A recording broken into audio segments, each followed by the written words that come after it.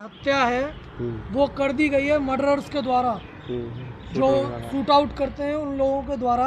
आप इस घटना को कैसे देखते हैं? वैसे जो कुछ हुआ वो निंदनीय है, लेकिन इस तरह से घटनाएं नहीं होनी चाहिए। लेकिन जब अभी एक तीसरी अदालत है, वो तीसरी अदालत का प्रकोप हो गया किसी तरह से। तीसरी अदालत जानते ही हैं क्या है तीसरी अदालत? तीसरी अदालत परमात्मा की अदालत है। जो परमात्मा चाहेगा जैसी करनी वैसी भरनी। हाँ। रही बात इसमें अपराधी की कोई किसी की जात नहीं, बात नहीं होती है। अपराधी किसी भी जात का हो सकता है, वो किसी जात से मतलब नहीं जोड़ा जाए इसको। रही बात जो आपने पूछा है अतीक का, इनका जो शूट आउट हुआ ये वैसे गलत हुआ। संविधान के तहत जो कुछ सज़ा देती कोर्ट देती, लेकिन जो कुछ ये हुआ ये गलत हुआ है एक तरह से। लेकिन एक कहावत कही गई है कि जब अति हो जाता है तब अति का अंत होता है। अति का अंत होता है।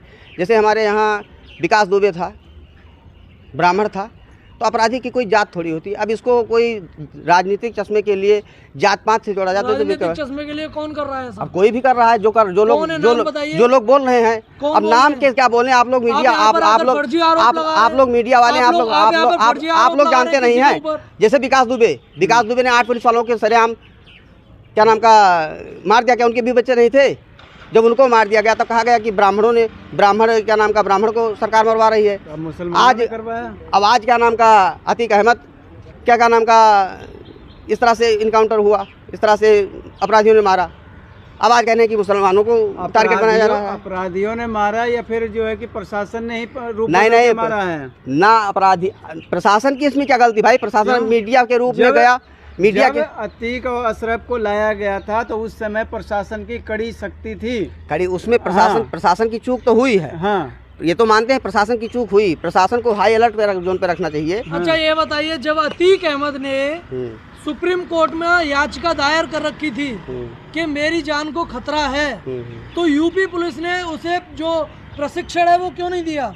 जो उसकी सुरक्षा है वो क्यों नहीं बढ़ाई? तो वो तो मैं भी कह रहा हूँ आपसे, मैं कोई वो थोड़ी कह रहा हूँ। जैसे जो लोग इसको राजनीतिक चश्मे के लिए हिंदू मुसलमान करे, जैसे विकास दुबे के ऊपर मैं बोल रहा हूँ। जब विकास दुबे का इनकाउंटर हुआ तब ये चिल्लाई, आप लोग भी चिल्लाए कि विकास दुबे की गाड़ी पलटी, पुलिस वाले खुद इनकाउंटर, फेक इनकाउंटर हुआ। ब्राह्मणों की हत्या हो रही है। ब्राह्मण अगर ब्राह्मण कोई और जात का ठाकुर होता है। झूठे आरोप लगा रहे हैं कि इसे जो कुछ राजनीतिक पार्टियां हैं वो उसे वो धार्मिक अपने स्वार्थ के लिए, अपने धार्मिक नाम बताइए वरना। अब नाम बताने के आप लोग खुद जानते हैं, हम उससे क्या कहलवाते हैं? आप लोग खुद जानते हैं, आप जानते हैं। आप यहाँ पर झूठा आप जानते हैं उसके बारे में। आपको सारी सच्चाई पता है। आप लोगों को आप लोगों को सारी सच्चाई पता है। झूठे आरोप लगा नहीं, मैं झूठे जैसे उस समय की आपके स्टेटमेंट देख लीजिए राजनेताओं के, कि जब विकास दुबे का इनकाउंटर हुआ तब कहा गया कि क्या नाम का ये बीजेपी सरकार जो है ये ब्राह्मणों को ढूंढ के हत्या करा रही है। ब्राह्मणों का इनकाउंटर। आज अतीक अहमद का जब गैंगवार हुई तब कह रहे हैं कि ये पुलिस वालों ने क्या नाम का मुस्लिम होने के कारण इसकी हत्या करी। इसको राजनीतिक चश्मे से ना देखा जाए, धार्मिक चश्मे से ना देखा जाए। जात पात अपराधियों की कोई जात नहीं होती है। जिसने भी मारा उसको कानून के तहत उसको सख्त सजा दी जाए। हमारे कहने का मतलब यही है बस। तो सुरक्षा, इतनी बड़ी सुरक्षा में चूक, तो सुरक्षा में चूक तो हो ही जाती है। कैसे हो गई? सुरक्षा में चूक हुई, उसके ऊपर सवाल उठेंगे। तो जांच एजेंसी की काम है, वो तो जांच एजेंसी जांच करेगी।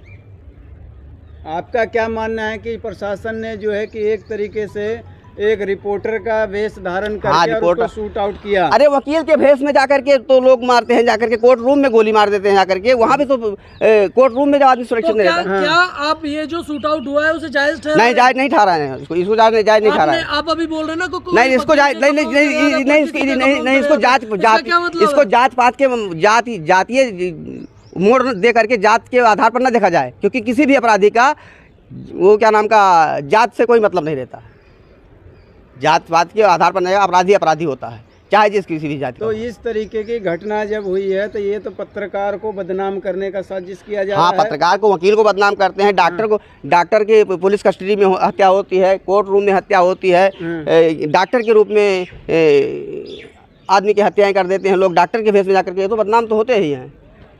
तो पुलिस प्रशासन क्या कर रहा है? पुलिस प्रशासन की उसके ऊपर जांच बैठेगी। यानी कि योगी बाबा का जो प्रशासन है वो फेल हो गया है। योगी बाबा का प्रशासन फेल नहीं है। योगी बाबा अपना कभी प्रशासन फेल हुआ था। जब ऐसी घटनाएं, एक्सीडेंटल घटनाएं होती हैं। जब योगी बाबा का प्रशासन फेल नहीं है तो कड़ी सुरक्षा होने के बावजूद एक अपराधी को जो है मार दिया जाता है पत्रकार के वेश में आकर के। तो भाई, जैसे जब मैं आपसे पहले ही बता चुका हूँ इसके बारे में कि अपराधियों की कोई जात नहीं होती। किसी की प्रतिशोध की भावना रही होगी, वो अपने आप को मरने के लिए तैयार हो गया, उसके लिए वो पत्रकार के भेष में गया। ऐसे कैसे पता चले? ये पहली नजर में वो सीसीटीवी कैमरे में कैद है वो तस्वीरें। हाँ, तो जब पत्रकार ने बाइट लेने के लिए उनका भी हम तो कहते हैं उनका भी इनकाउंटर करना चाहिए पुलिस वालों को, जिन्होंने ऐसा किया। आपका ये मानना है ना कि प्रशासन फेल है? क्यों करना चाहिए उनको भी क्रॉस फायरिंग करना चाहिए उसके ऊपर।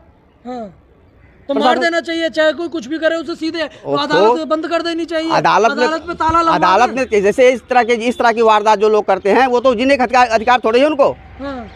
उनको तो इस धरती पर रहने का अधिकार।